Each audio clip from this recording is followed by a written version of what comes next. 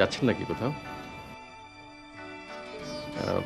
আপনার যদি আপত্তি না থাকে তাহলে আপনাকে পৌঁছে দিই। শুনলাম আপনার বাড়িতে অনুষ্ঠান, ইনভাইট করতে এসছেন? না, তাহলে আপনাকে দেখার ইচ্ছে হলো। আমার কথাটা বিশ্বাস করলেন না?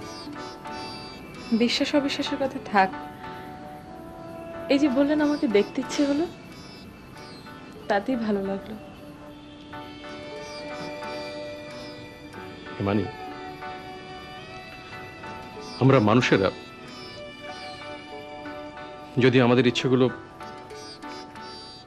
ইচ্ছে মতো পূরণ করতে পারতাম তাহলে।